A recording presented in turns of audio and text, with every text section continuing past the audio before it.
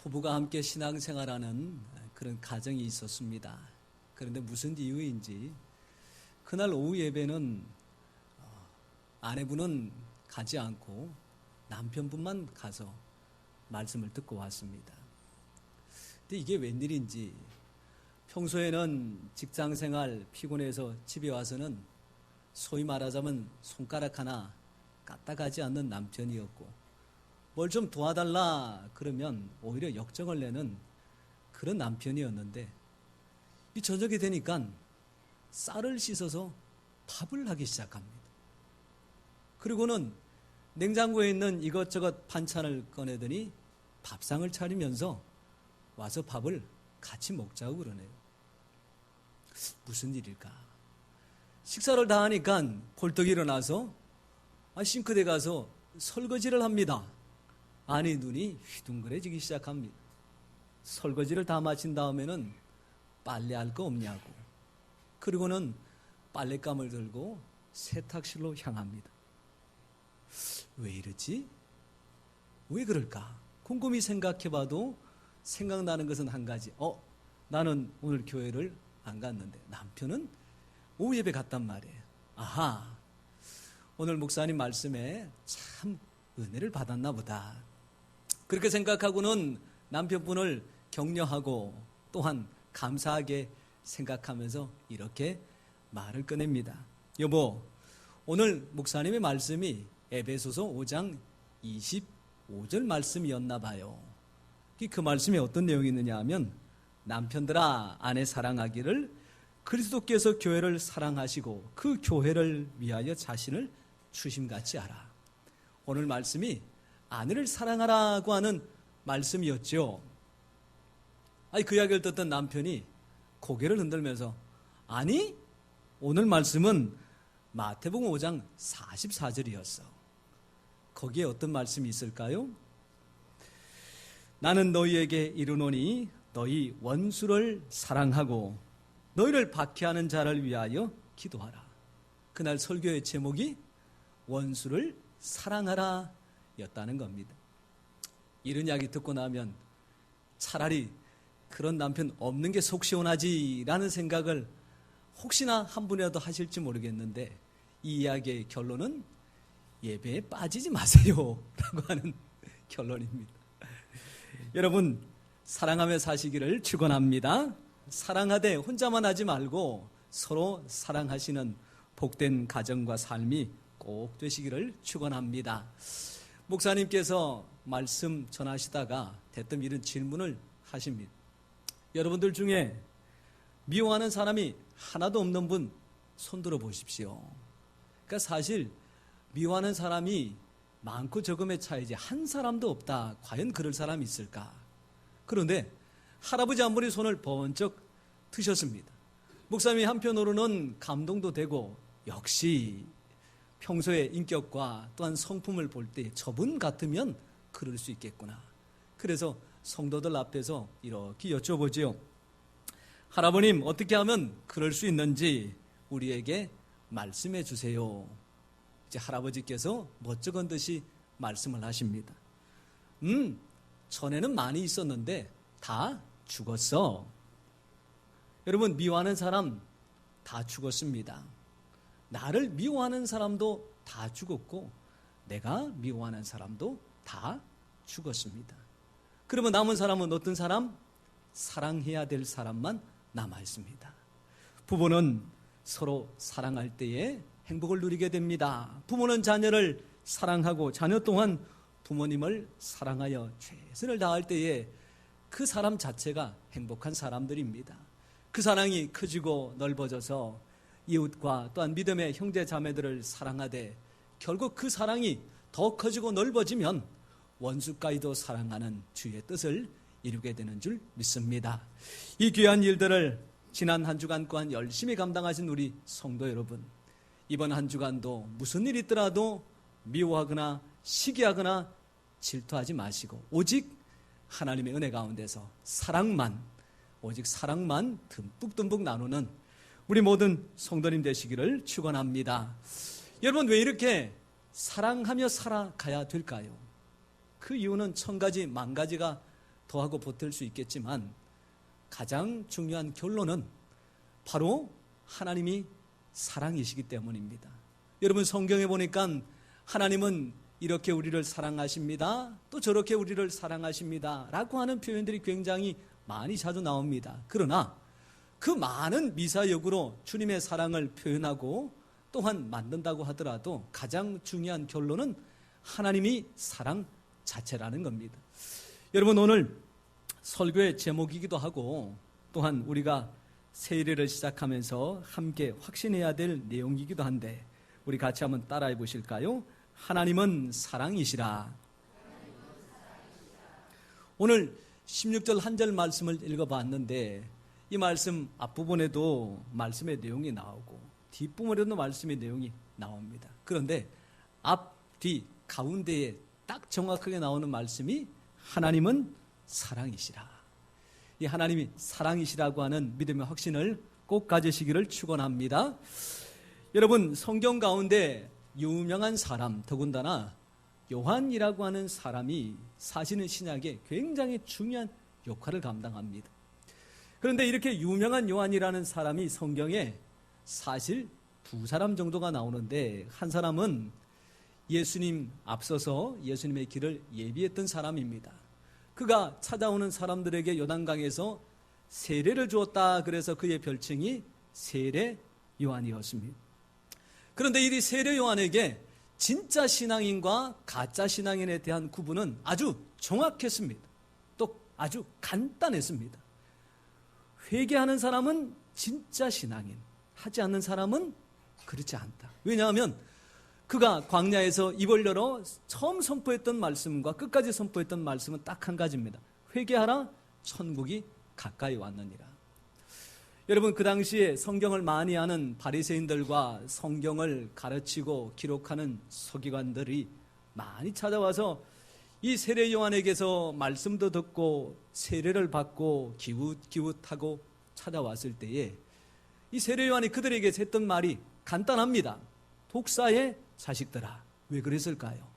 말씀을 알고 지식은 풍성하나 말씀대로 회개하지 않았기 때문입니다. 여러분, 지난 한 주간 우리의 삶을 돌아보면 후회할 일도 많고 안타까운 일들도 분명히 있을 겁니다. 그런데 그거 묵혀두고 간직해봐야 인격에 냄새나고 신앙에 오염됩니다. 오늘 이 시간 주님 앞에 드리는 예배를 통하여 내어놓고 깨끗하게 씻음받아 정결한 삶 꼭 되시기를 축원합니다. 여러분, 옷을 입으면 아무래도 땀이 배어서 냄새가 나기 마련이죠. 그리고 이것저것 묻혀서 오염이 생기기 마련입니다. 여러분, 하루 옷 입고 냄새 난다고 그리고 뭐가 묻었다고 해서 백화점 가서 시장 가서 많은 3만 원, 5만 원 선물 받은 옷 버립니까? 그러면 없잖아요. 어디다가 갖다 놓습니까? 세탁기에 갖다 놓습니다. 거기 세탁기에 넣어두면 세제와 섬유유연제를 뿌려가지고 오염은 깨끗하게 제거하고 땀 냄새는 없애면서 향기 나는 것으로 바뀌게 되는 거 아닙니까? 여러분, 그런 세탁기 집에 하나들 다들 있으시잖아요. 오늘 이 주일이 우리의 일주일 가운데서 우리의 삶을 세탁하는 그런 날입니다. 하나님의 말씀에 세제를 통하여 빨고 하나님 베푸르신 은혜의 향기로 우리의 삶을 다시 한번 세탁할 때에 이번 한 주간 그리스도의 향기와 같은 복된 삶이 우리 성도님들의 삶이 되는 줄 믿습니다. 여러분, 또 한 사람 요한이라고 하는 사람은 예수님의 제자였습니다. 그래서 예수님의 제자라고 하는 호칭인 사도를 붙여서 사도 요한이라고 하죠. 그런데 이 사도 요한에게 특징이 한 가지 있는데 그 특징이 무엇이냐 하면 예수님께 가장 사랑을 많이 받았다고 자기도 확신하고 다른 사람들도 그렇게 확인해 주는 사람입니다. 그런 요한에게 진짜 신앙과 그렇지 않은 신앙 구분할 수 있는 간단 명료한 기준이 있는데 그게 뭘까요? 바로 사랑하는 겁니다. 사랑하는 사람은 진짜 신앙, 말은 하고 알지만 하지 않는 사람은 진짜 신앙이 아니더라고 하는 이야기지요. 여러분, 그런 사도 요한이 자기의 신앙을 말씀을 통하여 분명하게 고백한 것이 바로 요한일서 4장 7절과 8절 말씀입니다. 여러분, 성경을 펴고 말씀을 한번 보시면서 7절은 제가 읽고 8절은 여러분들이 함께 화답해서 읽어주십시오. 사랑하는 자들아 우리가 서로 사랑하자. 사랑은 하나님께 속한 것이니 사랑하는 자마다 하나님으로부터 나서 하나님을 알고 아니하는 자는 하나님을 알지 못하나니 하나님은 사랑이심이라. 아멘. 여러분, 우리 모두가 하나님께 속한 사람들입니다. 여러분, 하나님께 속한 사람, 하나님 안에 거하는 사람, 우리 하나님께서 약속하신 내용이 있지요. 우리가 주보에 보면 항상 나와 있는 축복 선구가 있습니다. 요한복음 15장 7절이지요. 너희가 내 안에 거하고 내 말이 너희 안에 거하면 무엇이든지 원하는 대로 구하라. 무엇이든지 원하여 구하면 하나님께서 응답하시고 들어주시고 역사하신다고 약속해 주셨는데 전제가 한 가지 있습니다. 주님 안에 거하는 자. 여러분, 어떤 사람이 주님 안에 거하는 사람입니까? 사도 요한이 결론을 내렸지요. 사랑하는 사람이 주님 안에 거하는 사람입니다. 하나님을 사랑하고 가족들을 사랑하고 교회 성도들을 사랑하고 이웃과 나라와 민족을 사랑하되 거기서 그치지 않고 원수까지도 사랑하는 그 예수님의 사랑을 고스란히 빼다박은 그 사람의 기도를 하나님 응답하여 주시고 그 사람이 하나님께 속한 하나님의 사람인 줄 믿습니다. 사랑하는 성도 여러분, 지난 한 주간 우리의 삶에 찌들고 냄새나는 모든 잘못들은 하나님 앞에 회개하여 깨끗하게 용서함을 받고 주님의 귀한 사랑을 받았으니 그 사랑 나도 나누고 전하여서 하나님의 인정받는 믿음의 삶이 꼭 되시기를 축원합니다. 경상도 현풍이라는 곳에 할매집 곰탕이라고 하는 집이 하나 있습니다. 곰탕이야 여기저기 다 비슷비슷하게 만들다고 하겠지만 사람들의 입이라는 것이 원체 예민해서 맛있는 집, 또 가고 싶은 집, 한번 가보고 안 가고 싶은 집 이렇게 구분이 되는데 이 집은 한번 갔다 오면 또 가고 싶고 혼자 가지 않고 다른 사람들도 같이 가자고 싶고 하여튼 그런 집이에요. 그러다 보니까 소위 대박이 난 집입니다. 시내에서 장사를 하던 사람이 잘 되지 않는 것이 안타까워 여길 때에 이 소문을 듣게 됩니다. 그 동네 가면 할매집 곰탕이 있는데 그 맛이 기가 막힌다. 그래, 내가 가서 좀 배워야 되겠다. 가서 열심히 배우고 인정을 받아서 가게를 내게 됩니다. 그리고 모든 것들을 준비한 다음에 그 가게에 이름을 붙이기를 박소선 할매집 곰탕. 이렇게 간판을 내걸고 장사를 하기 시작하는데 손님이 그때부터 들기 시작해서 엄청나게 장사가 잘 되는 거죠. 요즘같이 힘들 때에 옆집이 장사가 잘 되니까 그 옆에서 곰탕집을 하고 있던 사람이 수소문을 내서 아하, 그 할매한테 가서 배워서 왔더라. 그래서 자기도 가서 열심히 배웠습니다. 그래서 인정을 받았고 가게를 내게 되는데 따로 내지 않고 원래 있던 가게터에 간판만 바꿔서 내게 됩니다. 뭐라고 바꿨을까요?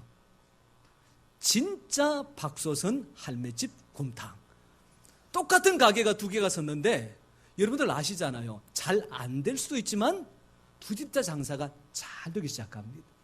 같은 골목에 있으면서 안대가 힘드는데 두 집이 잘 되는 거 보고는 또 한 사람이 마찬가지로 가서 열심히 배우고 가게를 내고 간판을 달았습니다. 뭐라고 달까요? 진짜 박소선. 아니 똑같은 가게가 세 개가 들어섰는데도 불구하고 어떻게 해요? 기가 막히게 장사가 잘 되기 시작하네요. 그래서 그 집이 할매집 곰탕집으로 유명해지기 시작합니다. 근데 문제가 사람들이 원래 시작을 했던 현풍 할매집 곰탕집에 와서 맛을 보고는 이거 내가 알고 있는 시내 골목집의 곰탕하고 맛이 똑같네요. 그러면서 대뜸하는 이야기가 주인장, 그 시내에 있는 할매집 곰탕들하고 이 집은 무슨 상관이 있는 집이에요? 여기 체인점이에요? 어머 세상에, 이렇게 얘기를 하네요. 안 되겠다 싶어서 간판을 바꿨습니다. 원래 박소선 할매집 곰탕에다가 두 자만 더했어요. 뭐라고 더했을까요? 원조. 그래서 그 집 간판이 지금 보면 원조 박소선 할매집 곰탕. 여러분, 이렇게 말씀드릴 때에 그 집에서 뭘 받아먹었나 생각할지 모르겠지만 여러분, 그래서 찾아가라 그러면 못 찾아가실걸요? 차만 하더라도 3시간을 가야 될 집이니까. 그래서 제가 말씀을 드리는 겁니다. 여러분, 오늘 우리의 삶도 마찬가지입니다. 사랑이라는 것이 물론 좋지만 진짜 사랑이 어디 있느냐라고 묻는다면 쉽게 대답하기가 어렵습니다. 왜냐하면 히틀러가 세계대전을 일으킬 때에 그가 내세웠던 전쟁의 이슈가 바로 사랑하기 때문에, 독일 사람을 사랑하기 때문에 나는 전쟁을 일으켰고 다른 나라 사람들을 죽여도 괜찮다고 하는 원리를 사랑이라고 하는 것에서 찾았다고 하는 역사적인 기록이 있습니다. 이런 혼탁한 세상 가운데서 미국 동화작가 실버스타인이라고 하는 작가가 아낌없이 주는 나무라고 하는 동화를 써서 사람들에게 읽혔는데, 이 내용이 사실은 간단합니다. 그럼에도 불구하고 많은 사람들이 감동을 받아서 동화임에도 불구하고 명작이라고 인정할 만큼 많은 사람들에게 공감을 얻습니다. 제가 그래서 그 동화의 내용들을 잠깐 한번 읽어드릴 텐데, 음악을 가지지 않고 읽어드려도 충분히 잘 들으시겠지만 음악이 없으면 안 꼽는 찐빵 같은 맛이 듭니다. 그래서 이 시간에 음악을 좀 연주를 해주시면 고맙겠는데, 배경음악은 당신은 사랑받기 위해 태어난 사람. 한 나무가 있었어요. 한 소년이 있었어요. 나무는 소년을 사랑했어요. 소년도 나무를 사랑했어요. 어서 오렴, 나와 놀자. 나무는 말했어요. 소년은 사과를 따먹었어요. 나무에 오르기도 했지요. 그네를 타며 놀기도 했답니다. 나무는 행복했어요. 소년도 행복했어요. 그러나 오랜 세월이 지나도록 떠나간 소년은 돌아오지 않았어요. 그래서 나무는 무척 슬펐어요. 그런 어느 날 좀 더 자란 소년이 찾아왔어요. 소년은 말했어요. 난 이제 너랑 놀기엔 많이 커버렸어. 난 물건도 사고 싶고 신나게 놀고 싶어. 나에겐 돈이 필요해. 나에게 돈 좀 줄 수 없겠어? 나무는 말했어요. 미안해. 난 돈이 없어. 내 사과를 따서 팔면 돈이 생길 거야. 그러면 너는 행복해질 거야. 그리하여 소년은 나무 위로 올라가서 사과를 따고 가버렸어요. 그래도 나무는 행복했어요. 그러나 떠나간 소년은 오랜 세월이 지나도록 돌아오지 않았어요. 그래서 나무는 슬펐어요. 그러던 어느 날 소년이 돌아왔어요. 나무는 너무나 기뻤어요. 얘야, 그때도 뛰고 즐겁게 지내자. 난 나무에 올라갈 만큼 한가롭지가 않단 말이야. 내게 나를 따뜻하게 해줄 집이 필요해. 너 나에게 집 하나 마련해 줄 수 없니? 하고 소년이 대답했어요. 나무가 말했어요. 이 집은, 이 숲이 나의 집이야. 하지만 내 가지들을 베어다가 집을 지으렴. 그럼 행복해질 수 있을 거야. 그리하여 소년은 나무의 가지들을 베어서는 자기의 집으로 지으러 가지고 갔답니다. 그래도 나무는 행복했어요. 그러나 떠나간 소년은 오랜 세월이 지나도록 돌아오지 않았어요. 나무는 슬펐어요. 그러던 어느 날 소년이 돌아왔어요. 나무는 너무나 기뻤어요. 난 너무 나이가 들고 비참해. 난 여기로부터 나를 먼 곳으로 데려갈 배 한 척이 있었으면 좋겠어. 너 내게 배 한 척 마련해 줄 수 없겠니? 소년은 말했어요. 내 줄기를 베어다가 배를 만들렴. 그러면 너는 멀리 갈 수 있고 그리고 행복해질 수 있을 거야. 나무는 대답했어요. 그리하여 소년은 나무의 줄기를 베어내서 배를 만들어 타고 멀리 떠나버렸어요. 그래도 나무는 행복했어요. 그리고 오랜 세월이 지난 뒤에 소년이 다시 돌아왔어요. 얘야, 미안하다. 이제는 너에게 줄 것이 아무것도 없구나. 난 이제 가진 게 늙어버린 나무 밑둥일 뿐이야. 미안해. 나무는 한숨을 지었어요. 이제 내게 필요한 건 별로 없어. 앉아서 쉴 조용한 곳이나 있었으면 좋겠어. 나 몹시 피곤해. 소년이 말했어요. 아, 그래? 나무가 말했어요. 자, 앉아서 쉬기에는 늙은 나무 밑둥이 그만이야. 얘야, 이리로 와서 앉으렴. 앉아서 쉬도록 해. 소년은 나무가 말한 대로 나무 밑동에 앉아 쉬었어요. 소년은 행복했어요. 나무도 행복했어요. 여기까지입니다. 그런데 이 동화를 읽고 읽는 사람들이 이 이야기 가운데서 가장 마음속에 남는 한 대사가 있는데 그게 바로 이겁니다. 나무의 이야기입니다. 너에게 더 줄 게 있으면 좋겠는데 내게 남은 것이 아무것도 없구나. 늙어버린 나무 밑둥밖에 안 남았어. 미안해. 주고 더 주어도 아까울 것이 없는 존재에게 더 주고 싶은 솔직한 마음인데 남은 것이 없어서 더 안타까워하는 나무의 이야기. 오늘 이 자리에 있는 많은 부모님들의 사실은 솔직한 모습이고 또한 그 사랑을 받았던 많은 자녀분들과 이곳에 있는 우리 성도님들이 경험했던 모습입니다. 주고 싶고 베풀고 싶지만 결국 남은 것이 없어서 안타깝게 여기는 이 나무 같은 모습이 있지만 그럼에도 불구하고 그 남아있는 밑둥과 오히려 뿌리까지 송두리째 뽑아서 다 주고도 더 주는 귀한 진짜 사랑이 성경에 소개되어져 있습니다. 로마서 5장 8절 말씀해 보니까 그 사랑을 하셨던 하나님에 대하여 성경은 이렇게 고백하고 있습니다. 우리가 아직 죄인 되었을 때에 그리스도께서 우리를 위하여 죽으심으로 하나님께서 우리에 대한 자기의 사랑을 확증하셨느니라. 이렇게 삶을 지켜주고 보호해주고 도와줬음에도 불구하고 하나님의 사랑이 어디 있습니까? 라고 의문을 던지고 하나님을 향하여 반대하던 그들에게 하나님께서는 예수 그리스도를 십자가에 내어주심으로 말미암아 이래도 나를 못 믿겠느냐? 이래도 내 사랑에 대하여 여전히 불신을 갖고 있느냐? 라고 하셨을 때 많은 사람들이 그것을 믿었지만 그래도 또 많은 사람들이 여전히 받아들이지 않았단 말이죠. 사도 바울이 이것을 안타깝게 여겨 성경을 몇 장 더 기록한 다음에 로마서 8장 32절에 자기의 처절한 고백을 거기에 쏟아놓고 있습니다. 로마서 8장 32절 같이 한번 읽어보겠습니다. 시작.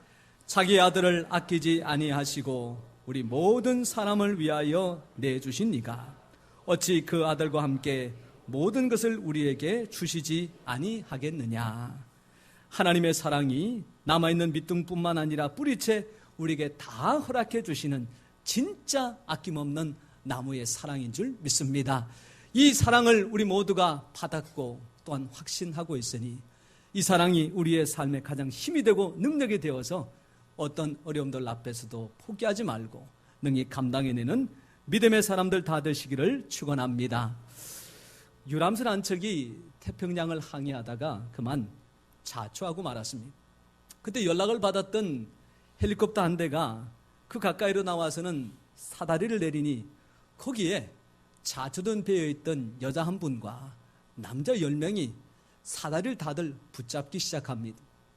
다급해진 기장이 그 11명을 보고 이렇게 얘기합니다. 여러분, 11명이 다 탈 수는 없습니다. 자칫하면 이 사다리가 끊어져서 다 죽을 수 있습니다. 그러나 딱 한 분만 희생을 하시면 나머지 10명이 다 살 수가 있습니다. 한 분만 잡고 있는 사다리를 제발 좀 놓아주십시오. 그때에 10명이 다 머뭇합니다.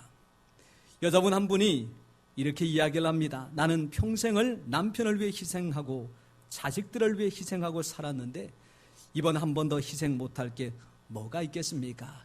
제가 놓겠습니다. 나머지 10명의 남자가 이야기를 듣더니 너무 고맙고 감사해서 그만 박수를 치고 말았다고 합니다. 어떻게 되었을까요? 머뭇거리고 있던 사람들은 다 그리고 희생을 다시 한번 결심했던 그 여자분만. 여러분, 아무리 사랑을 베풀고 헌신했지만 내 생명에 달려있는 일들 앞에서는 멈칫하고 머뭇거리는 것이 사람입니다.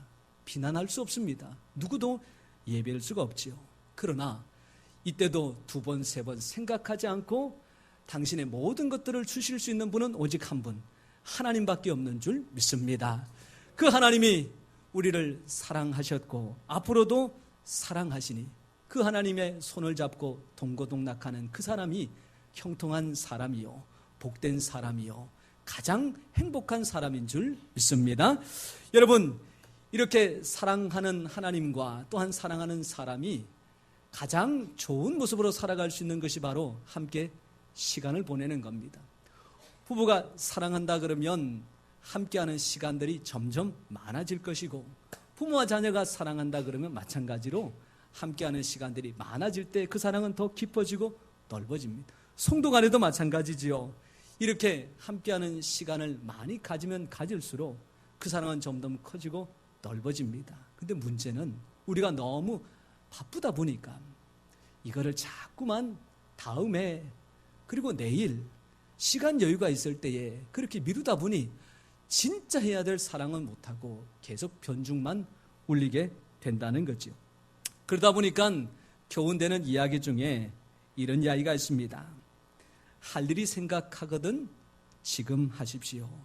오늘 하늘이 맑지만 내일은 구름이 보일런지 모릅니다. 어제는 이미 당신의 것이 아니니 지금 하십시오. 여러분, 할 일이 생각나거든 언제 해야 될까요? 지금 해야 됩니다. 친절한 말 한마디 생각나거든 지금 말하십시오. 내일은 당신의 것이 안 될지도 모릅니다. 사랑하는 사람은 언제나 곁에 있지 않습니다.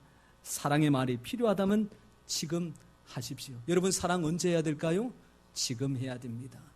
예배를 통해서 말씀을 듣다가 감동이 되어 내가 이 사람을 사랑하고 용서하고 또한 품어야 되겠다라고 할 때에 언제 해야 될까요? 지금 해야 됩니다. 마음속에 감동이 주셔서 교회에 필요한 성도들을 위하여 헌신하고 희생할 일이 생각날 때에 언제 해야 될까요? 지금 해야 됩니다. 나가는 순간 마음속에 감동은 사라지고 생각은 떠나버리고 모든 것들이 숲으로 돌아가기 전에 딱 붙들고 행함으로 나타낼 때에 그 사람에게 믿음의 승리가 있는 줄 믿습니다. 여러분, 스펄전 목사님이 유명한 설교를 많이 하셨는데 그 많은 설교들 가운데에 참 교훈되는 짤막한 말 한마디, 마귀의 달력은 항상 내일입니다. 기도 언제 할까요? 야, 기도해라. 그러나 오늘만 날이냐? 내일 기도하면 되지. 봉사 언제 할까요? 야, 봉사하면 되지. 좋지. 그런데 오늘만 날이냐? 너 직장생활, 사회생활 바쁘고 분주할 테니 그 일 다 마치고 나면 시간 여유 있을 때 그때 하지. 여러분, 이런 말에 쏟고 넘어져서 기회를 놓치고 항상 하나님 앞에 안타까운 마음으로 나오신 분들, 하나님의 달력은 항상 오늘입니다. 지금입니다. 주의 귀한 말씀에 귀를 기울여 나를 향한 참된 행복의 일들을 능히 감당하는 우리 성도님 되시기를 축원합니다. 여러분, 이런 인생을 우리 예수님께서 얼마나 잘 알고 계셨던지 누가복음 12장의 한 부자의 이야기를 통해서 이렇게 먼저 말씀을 해 주셨습니다. 부자가 많은 소출을 거두어 곡간을 헐고 새로 지은 다음에 내 영혼아 여러에 쓸 많은 물건들을 쌓아두었으니 너는 마음 놓고 먹고 마시고 즐기자라고 할 때에 하나님께서 음성을 주십니다. 누가복음 12장 20절입니다. 하나님이 이르시되 어리석은 자야 오늘 밤에 내 영혼을 도로 찾으리니 그러면 내 준비한 것이 누구의 것이 되겠느냐. 사랑하는 성도 여러분, 내일은 나의 날이 아닙니다. 사실 오늘도 내 날은 아닙니다. 하나님께서 주셔야 오늘도 살아갈 수가 있고 하나님께서 주셔야 내일이란 날도 기대할 수가 있습니다. 오늘 일 내일을 미뤘다가 실족하지 말고 주시는 감동을 행함으로 말미암아 믿음의 역사를 반드시 나타내는 우리 성도님 되시기를 축원합니다. 여러분, 신부님 한 분이 미사 시간에 핸드폰 때문에 여간 곤욕이 아니었던가 봅니다. 조용하게 말씀을 드려야 되는데 자꾸 여기저기서 삐리리 그리고 울리니까 이게 방해가 되더란 얘기죠. 그래서 사전에 이런 설명 저런 설명을 하면서 핸드폰에 대해서 좀 주의를 주었습니다. 그런데 이 강론하는 시간에 어디선가 핸드폰이 울리기 시작하는데 이 신부님의 눈살이 좀 찌푸려지면서 그렇게 부탁을 했는데도 어찌 이렇게 알아듣지를 못하실까? 누가 그랬을까? 눈치를 보면서 빨리 좀 끄시라고 그렇게 보내고 있는데 모든 신자들의 눈길이 신부님을 향합니다. 알고 봤더니 신부님 주머니 안에서 울리기 시작하더라는 얘기죠. 신부님도 눈치가 있어서 아하, 이거 내 거구나. 그런데 원체 재치가 있는 신부님이다 보니까 전화기를 꺼내가지고 이렇게 인사합니다. 아, 하나님이세요? 제가 지금 미사 중인데 미사 끝나면 연락드리겠습니다. 그렇게 끊었다고 합니다. 여러분, 하나님이 찾으시는데 다음에 라고 얘기하는 어리석은 사람이 어디 있겠습니까? 여러분, 아침에 출근 준비하고 가족들 아침 챙길 때에 전화가 걸려왔는데 모르는 전화번호예요. 조심스럽게 전화들을 받았더니 대뜸 하는 이야기가 저는 청와대 비서실장 누구누구입니다. 우리 대통령님께서 요즘 원체 경제가 힘드니까 서울 시민 중에 한 분에게 경제에 대해서 솔직한 이야기를 좀 듣고 싶어서 우리 시민에게 전화를 드렸으니까 오늘 청와대로 좀 들어와 주십시오. 여러분, 그 전화 딱 받는 순간 아이고 죄송합니다. 저는 지금 아이들 아침을 챙겨야 되고 남편 출근길을 도와줘야 되니까 저는 못 가겠습니다. 여러분, 그렇게 끊으실 자신 있으세요? 아니면 직장 다니시는 분이 제가 오늘 출근을 해서 팀장님한테 양해를 구하고 허락해 주면 그때 청와대로 들어가겠습니다. 이렇게 미루실 분 계세요? 아니면 요즘 시대가 어떤 시대인데 청와대에서 오라 그러면 가고 가라 그러면 가는 그런 시대입니까? 사전에 연락을 하셔야 되지 대뜸 전화해가지고 오라 그러면 누가 가겠습니까? 여러분, 이런 배짱 가지고 계실 분 있으세요? 여러분, 대통령이 전화를 해도 아니면 귀한 사람이 전화를 해도 열일 제쳐놓고 한다름에 달려가서 불러주셔서 고맙습니다. 그게 보통의 모습이 아닙니까? 여러분, 대통령도 해결하지 못하는 어려운 문제들이 얼마나 산적해 있습니까? 그런데 이 모든 문제를 해결할 수 있는 전능하신 하나님께서 우리 한 사람 한 사람을 부르셔서 너의 작고 사소한 문제부터 가정에 일어나는 실타래, 교회에 꼭 필요한 일들, 이 나라의 민족이 함께 감당해야 될 일들에 대하여 내가 이야기하고 해결책을 제시해 주겠다.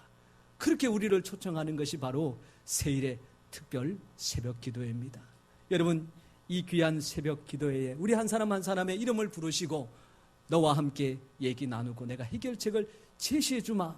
불러주시는 주의 음성을 하나님의 음성으로 잘 들으시고 기도하여 어려운 문제들 다 해결받고 하나님의 전능하심을 간증하는 우리 모든 성도님 되시기를 주님의 이름으로 축원합니다.